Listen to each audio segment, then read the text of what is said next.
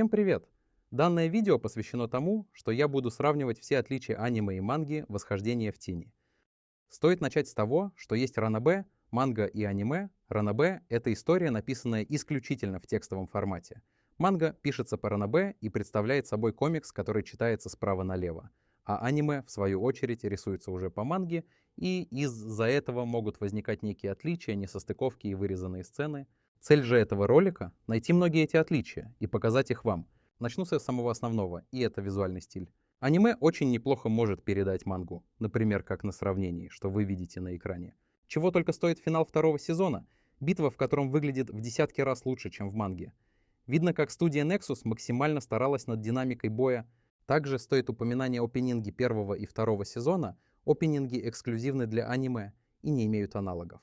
Оба опенинга написала такая группа, как OXT, делавшая опенинги к Оверлорду. Также не будем забывать и о повествовании. Манга более плавная, подробная, есть место развитию, а аниме ускоряет события, особенно в первых сериях. Также в них немного отличается расстановка повествования, из-за чего первая серия аниме берет в себя 79-ю и часть 56-й глав манги, что не критично для повествования. И вот мы добрались до самого интересного, это некоторые сцены, которые вырезали или заменили. Я укажу только на самые значительные отличия. Если начну сравнивать все мелкие изменения, то это будет очень долго. Первое, что больше всего бросается в глаза, это сцена с Джон Смитом и Дельтой. Пока в аниме битва проходит на движущемся поезде и круто выглядит, то в манге это происходит рядом с повозкой. Они так и не сразились. Другая сцена из первой серии была вырезана, когда Минору сражается с военным в аниме. Тот говорит, что ему не хватает мышц, и в аниме оно так и есть. Ну, а в манге присутствует комедийный момент, где он показывает свое накачанное тело. Также в «Беззаконии» вырезали значительную часть повествования. В манге главный герой более жадный. А также присутствует еще одна вырезанная в аниме комедийная сцена. Еще значительные изменения получил момент захвата школы культом Диаблоса. Например, сцена с Шерри.